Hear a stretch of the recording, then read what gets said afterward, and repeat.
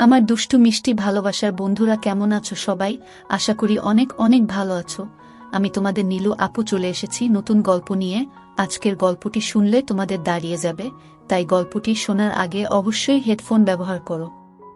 আমার বড় এক ভাই আর আমি। যে ঘটনাটা বলতে যাচ্ছি তা আমার বড় ভাবিকে নিয়ে। বড় ভাই বিয়ে করে 2003 সালে, আর ভাইয়া বিয়ে করে। আমার ভাবির পরিবারের সবাই মিরপুরেতেই থাকে, আর বিয়ে দেওয়া হয় একই জেলাতে, মানে ঢাকাতে। আমি যখন ভাবির প্রতি দুর্বলতা অনুভব করি তখন তার বয়স 23 বছর। বিয়ের পর ভাবির হঠাৎ করে বেড়ে যায়, আর বেড়ে যাওয়ার কারণে ভাবিকে আগের চেয়ে আরও বেশি সুন্দর লাগত। ভাবি দেখতে যেমন সুন্দরী ছিল তেমনই তার গঠনটাও।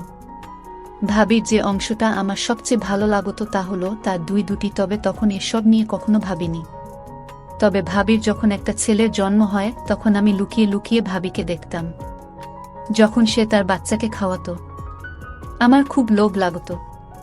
ভাবতাম, ইস, আমিও যদি খেতে পারতাম। কিন্তু আমার স্বপ্নটা স্বপ্নেই রয়ে যায়। তবে আমি হাল ছাড়িনি, সুযোগের অপেক্ষায় ছিলাম, আর একদিন সেই সুযোগটা এসে গেল। দিনটি ছিল 2004 সালের এপ্রিল মাসের 21 তারিখ। হঠাৎ করে ভাবি বলল যে ভাবির নাকি খুব শরীর খারাপ, বুকে নাকি অনেক ব্যথা করছিল। দেরি না করে তাড়াতাড়ি আমি ডাক্তার সাথে করে নিয়ে যাই, কারণ বড় ভাই তখন বাড়িতে ছিল না, আর বড় ভাই ব্যবসার কারণে থাইল্যান্ডে গিয়েছিল। তো ডাক্তার গিয়ে ভাবিকে দেখে বলে দেরি না করে ভালো একজন হার্টের ডাক্তার দেখাতে। আমি ঘটনাটা বড় ভাইকে জানাই। বড় ভাই আমাকে বলল যে ভালো কোনো হসপিটালে নিয়ে যেতে। আমি তখন একটা প্রাইভেট কার করে মিরপুর থেকে ভাবিকে নিয়ে সোহরাওয়ার্দী হসপিটালের উদ্দেশ্যে রওনা হই। হসপিটালে পৌঁছাতে পৌঁছাতে আমাদের প্রায় কয়েক ঘন্টা লেগে যায়। আমি ভাবিকে নিয়ে আমার পরিচিত একজন হার্টের ডাক্তার দেখায়। ডাক্তার ভাবিকে দেখে কিছু টেস্ট দিল আর আমাকে কিছু ওষুধ নিয়ে আসতে বলল।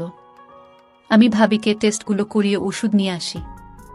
ডাক্তার ভাবিকে একটা স্যালাইন দিল, যা শেষ হতে প্রায় রাত 8টা বেজে যায়। স্যালাইন শেষে ভাবিকে কিছুটা ভালো মনে হলো। ডাক্তার ভাবিকে দেখে আরও কিছু ওষুধের নাম লিখে দেয়, আর একটা ব্যথা কমানোর মলম নিয়ে আসতে বলে। আর মলম দিয়ে বলে রাতে ভালো করে মালিশ করতে ব্যথা কমে যাবে। আর বলল পরদিন আবার নিয়ে যেতে টেস্ট রিপোর্টগুলো দেখে ফাইনাল প্রেসক্রিপশন দেবে। ডাক্তারের কথা শুনে আমি তো মনে মনে খুশি, কারণ আজ হয়তো সেই দিন যে দিনের অপেক্ষা আমি অনেক আগে থেকে করছি।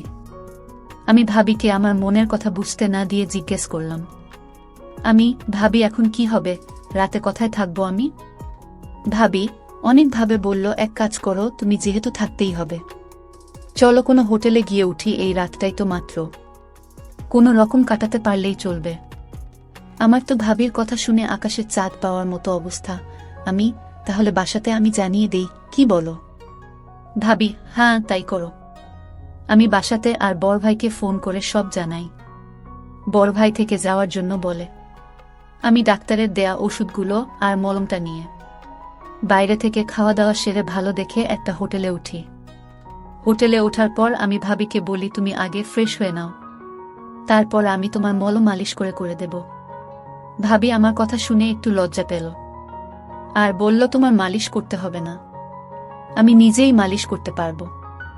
এ কথা বলার সময় ভাবির মুখে মুচকি হাসি ছিল। আমি বললাম, তুমি আগে গিয়ে গোসল করে নাও, তারপর দেখা যাবে। ভাবি গোসল করার জন্য বাথরুমে চলে যায়। আমি ভাবতে থাকি কিভাবে শুরু করব।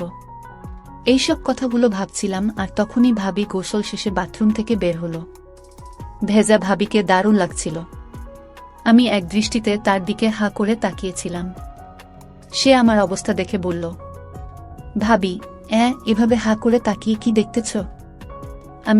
ভাবি, সত্যি কথা বলতে কি তোমাকে আজ অনেক সুন্দর লাগছে। ভাবি, আজ কেন? আগে বুঝি আমাকে সুন্দর লাগতো না? তা না, আজ একটু বেশি সুন্দর লাগছে তোমাকে। ভাবি, যাও, আর পাকামো করতে হবে না, গোসল করে নেও। ওহ তাই তো, আমি তো ভুলেই গিয়েছিলাম বলে তাড়াহুড়ো করে বাথরুমে ঢুকে গেলাম। গোসল শেষে হাফ প্যান্ট পরে যখন বের হলাম তখন ভাবি আমার দিকে তাকিয়ে মুচকি মুচকি হাসছিল। এখানে হাসার কি আছে? ভাবি, কি, আমি তো হাসিনি। আমি দেখছি। আচ্ছা, তোমার এখন কেমন লাগছে ভাবি? ভাবি, আগের চেয়ে একটু ভালো, তবে বুকের ব্যথাটা এখনো তেমন কমেনি। তুমি ওষুধগুলো খেয়ে শুয়ে পর, আমি তোমার শরীরে মালিশ করে দেব, দেখবে কমে যাবে। ভাবি, বললাম না আমি নিজেই মালিশ করতে পারবো, তোমাকে কষ্ট করতে হবে না, বলে ভাবি ওষুধগুলো খেল। তুমি পারবে না? কেউ কি নিজের শরীর মালিশ করতে পারে? অর্থা বাড়াবাড়ি না করে সুন্দর করে লক্ষ্মী মেয়ের মতো শুয়ে পড়ো। ভাবি আর কি করবে, আমার বায়নার কাছে হার মেনে শুয়ে পড়ল আর বলল, অনেক তো মালিশ করার শখ, আজ দেখব কেমন মালিশ করো। আমি বললাম, ও মা, তুমি কাপড় পরে থাকলে মালিশ করব কিভাবে? ভাবি, আমি তোমার সামনে কাপড় খুলতে পারবো না। আমি কি তোমার পর নাকি যে আমার সামনে লজ্জা পাচ্ছ? আর আমি তো তোমাকে সব কাপড় খুলতে বলছি না, শুধুমাত্র শাড়িটা। ভাবি, আচ্ছা বাবা, ঠিক আছে, আমি তো এক পলকে তাকিয়ে আছি। তখন আমি মলমটা নিয়ে মালিশ করা শুরু করলাম। ভাবি আমার হাতের পেয়ে চোখ বন্ধ করে ফেলে। আমি আস্তে আস্তে তার চারপাশে মালিশ করতে থাকি। আমি ভাবিকে জিজ্ঞাসা করলাম, ভাবি, এখন কেমন লাগছে তোমার? ভাবি, অনেক ভালো লাগছে। তুমি নিজেই করতে পড়তে এমন মালিশ? ভাবি, কখনো না। তাহলে তখন তো খুব বলছিলে তুমি নিজেই মালিশ করতে পারবে। ভাবি, এমনি বলেছিলাম। সত্যি কথা বলতে কি, তোমাকে বলতে আমার লজ্জা করছিল। এখন লক্ষ্মী মেয়ের মতো চুপ করে শুয়ে থাকো, আমি ভালো করে মালিশ করে দেই, দেখবে তোমার ব্যথা কমে যাবে। ভাবি, ঠিক আছে বলে চুপ করে শুয়ে রইল। দেখলাম ভাবি কিছু বলছে না, সাহস করে বললাম, ভাবি একটা কথা বলি। ভাবি, বলো। ভাবি কিছু না বলে চুপ করে রইল দেখে আমি আবার বললাম, ভাবি তোমার খুলে দেই? ভাবি, দেখো এগুলো ভালো না, তুমি আমার আপন দেবর, আর আমি কিভাবে তোমার সামনে অর্ধ হব? আর আমি তাড়াহুড়োর ভিতরে কিছু পড়িনি। এখানে তো তুমি আর আমি ছাড়া আর কেউ নেই। আর এখানে খারাপের কি আছে? আমি তো তোমার ওগুলো অনেকবার দেখেছি, তাই আমার সামনে লজ্জা কিসের? আমি তো শুধু তোমার ভালোর জন্য বলছিলাম। এই বলে একটু অভিমানের ভঙ্গি করে বললাম। থাক, লাগবে না বলে আবার মন দিলাম। ভাবি কিছুক্ষণ ভেবে বলল, ও মা, আমার দেবরটা দেখি আমার উপর রাগ করেছে, বলে আমার মাথাটা তার দিকে তুলে নিল আর বলল, ভাবি, আচ্ছা তুমি বুঝি আমাকে লুকিয়ে লুকিয়ে দেখতে? তবে দেখ দেবর ভাবি, এসব ঠিক না, আর কেউ জানলে আমার তো সর্বনাশ হয়ে যাবে, আমার ঘর সংসার সব শেষ হয়ে যাবে। তোমার কি মাথা খারাপ নাকি? আমি কেন কাউকে বলতে যাব? তোমাকে লুকিয়ে দেখার কি আছে? তোমার ছেলেটাকে যখন তুমি খাওয়াতে তখন তো আমি অনেকবার দেখেছি, তবে সেটা অনেক আগে। আর একদিন বড় ভাই যখন খাচ্ছিল তখন আমি দেখছি। ভাবি, আচ্ছা তাই বুঝি, এখন আমার এগুলো আবার কাছ থেকে দেখতে ইচ্ছে করছে। এই বলে ভাবি তার দিয়ে বলল, দেখো তোমার যত ইচ্ছে দেখো, আর এগুলোকে একটু ভালো করে মলম দাও। আমি তো খুশিতে ভাবি বসিয়ে দেই। তারপর 2 হাত দিয়ে ভাবির শক্ত শক্ত 2টা ভাবিরগুলো দেখতে খুব সুন্দর ছিল। আমি মনের সুখে অনেকক্ষণ পর ভাবিকে বললাম, ভাবি তোমাকে একটা কথা বলি, রাগ করবে না তো? ভাবি, না, রাগ করব না। আমি তোমাকে অনেক ভালোবাসি। ভাবি, আমিও তোমাকে অনেক অনেক ভালোবাসি। আমি তোমার অনেক ভালোবাসি। ভাবি হতভম্ব হয়ে বলে, আমাকে কি? সত্যি বলছি ভাবি, তোমাকে আমি সব সময় লুকিয়ে লুকিয়ে দেখতাম। ভাবি, কি বলছো তুমি এসব কথা? আর কি কি দেখেছ আমার? বললে তুমি রাগ করবে না তো? ভাবি, না, করব না, বলো। একদিন তোমাকে বড় ভাই কাজটাও আমি দেখছি, আর তখন থেকে আমারও তোমাকে খুব ইচ্ছে করত। ভাবি, না বোঝার ভান করে, কি ইচ্ছে করত তোমার আমার সাথে? বড় ভাই যা করছিল।